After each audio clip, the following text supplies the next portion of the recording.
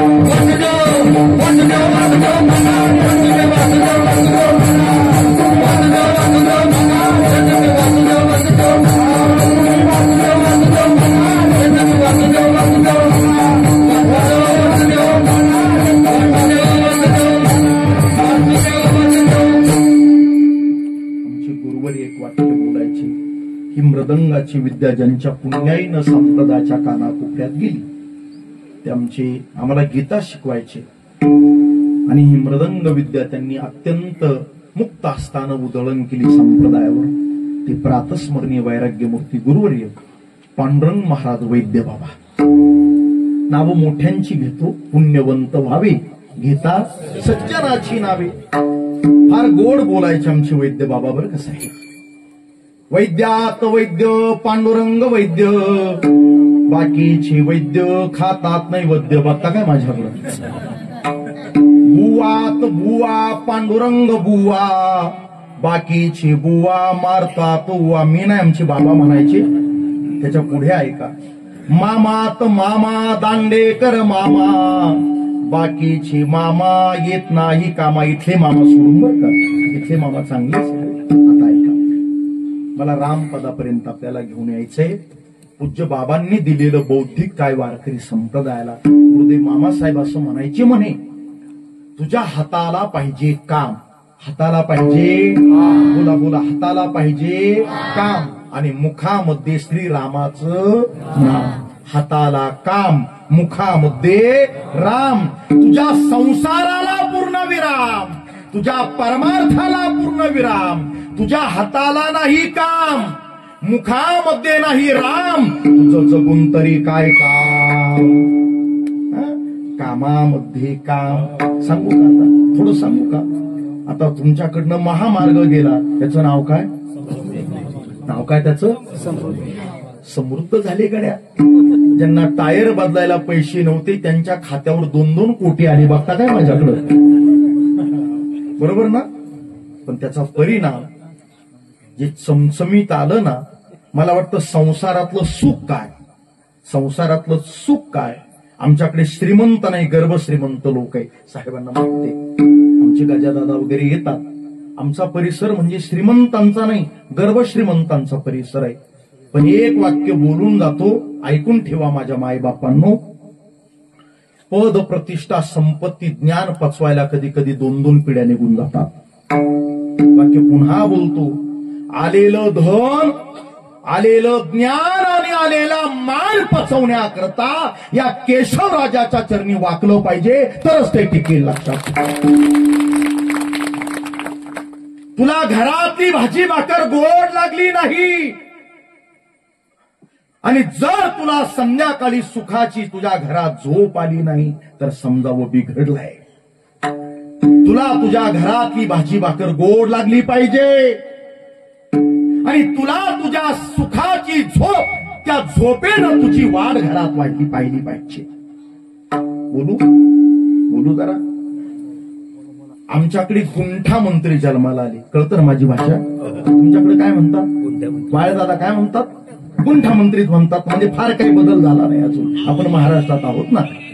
मग या गुंठा मंत्र्यांच्या पोरांचं काय, वर्षाला 2-5 गुंठे विकायची, जमीन विकायची बापाची आणि गाडी घ्यायची आपाची. बघता काय माझ्याकडे? आज तरुणाईची अवस्था काय, ही आमची युवा वारकरी कीर्तनामध्ये टाळ घेऊन उभे राहतात, हरिपाठ कीर्तना करता उभे, किंवा या धर्ममंडपात जे येणार नाही त्यांच्या कुटुंबाची अवस्था काय, बोलू जरा. कमी वेळेत आणि बिगर कष्टाचा आलेला पैसा कित्येकांना घरातली भाजी भाकर गोड लागू देत नाही, आणि बिगर कष्टाचा आलेला पैसा कित्येकांना रस्त्यावर घेऊन गेल्याशिवाय राहत नाही. आज तरुणाईची अवस्था नाजूक आहे.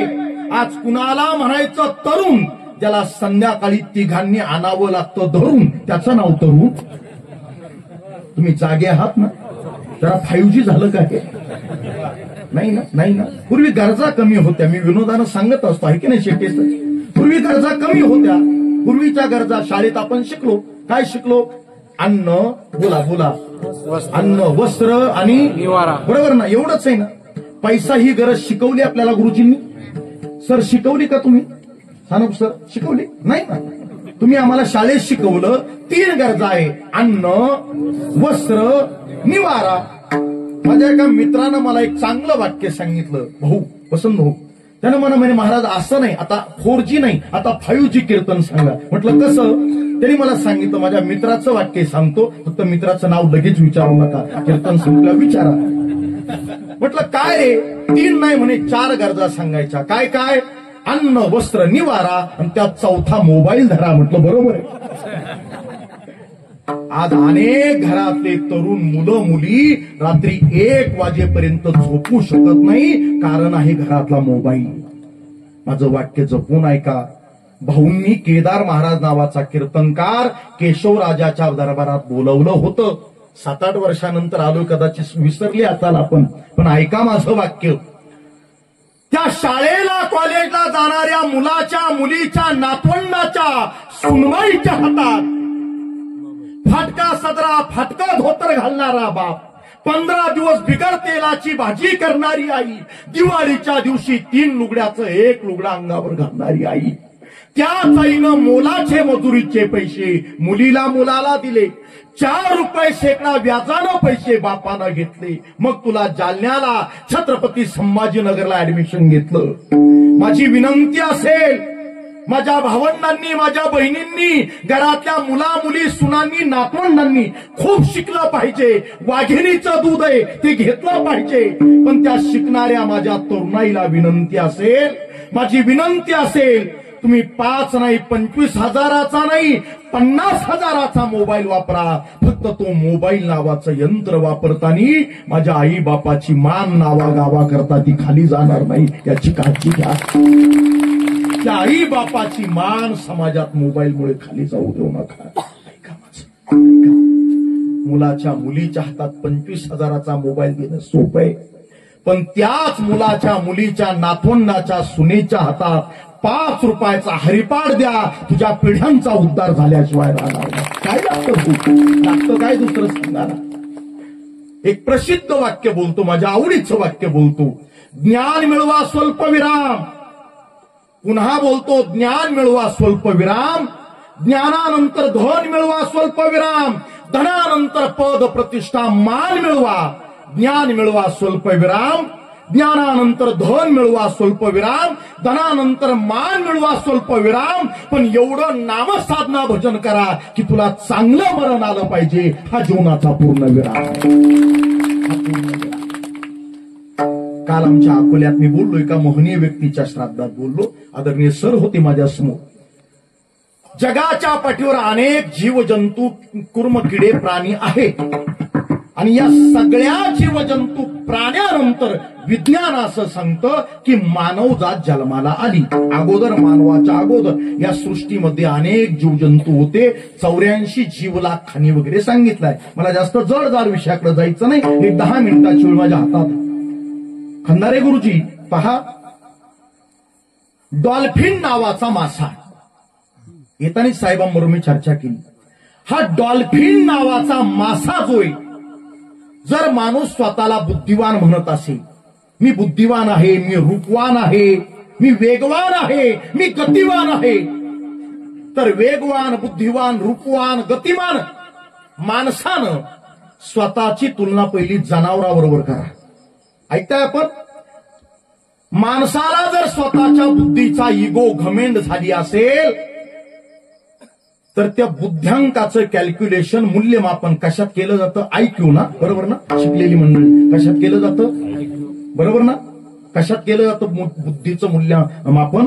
IQ मध्ये ना. हा, तो IQ माणसाचा IQ पेक्षा म्हणजे माणसाच्या बुद्ध्यांकापेक्षा डॉल्फिन नावाच्या माशाचा बुद्ध्यांक हा जास्त आहे. नोंद करून ठेवा. एक बुद्धिमान रूपवान जर स्वतःला म्हणत असेल तर रूपवान माणूस अनेक गोष्टी ब्रँडेड वापरतो. शॅम्पू ब्रँडेड, साबण ब्रँडेड, कपडे ब्रँडेड, चपला ब्रँडेड. मला वाटतं शॅम्पू, साबण, कपडे, चप्पल ब्रँडेड वापरता वापरता संत विचाराचा ब्रँड घेऊन जग, मग आयुष्य किती सुंदर आहे पहा.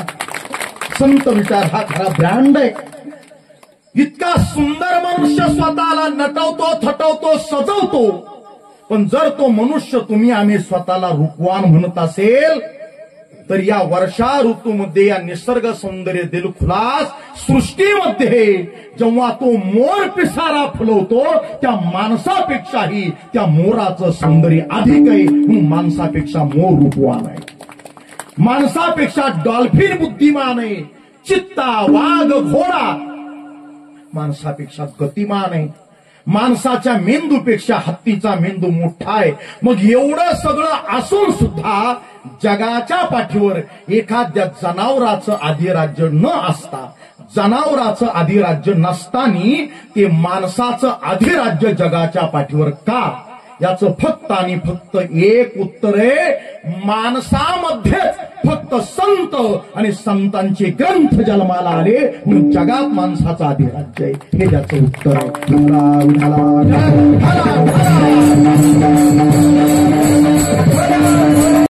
कुठल्याही संतांनी आणि कुठल्याही ग्रंथांनी जटा वाढवा, दाढी वाढवा, भगवे घाला हे सांगितलं नाही. कामामध्ये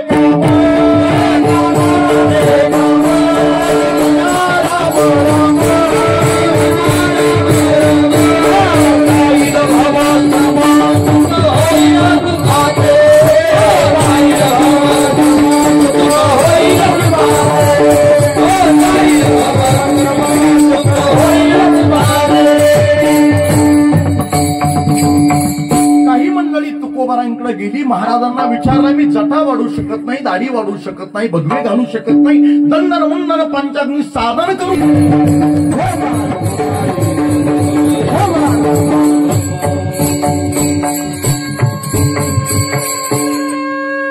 राम म्हणता रामाची होई जे, पदी बैसोनी पदवी घेई जे. मला छोटासा एक प्रश्न विचारायचा आहे. राम आधी की रामाचं नाम आधी? लवकर लवकर बोला, लवकर, वेळ संपली आपली.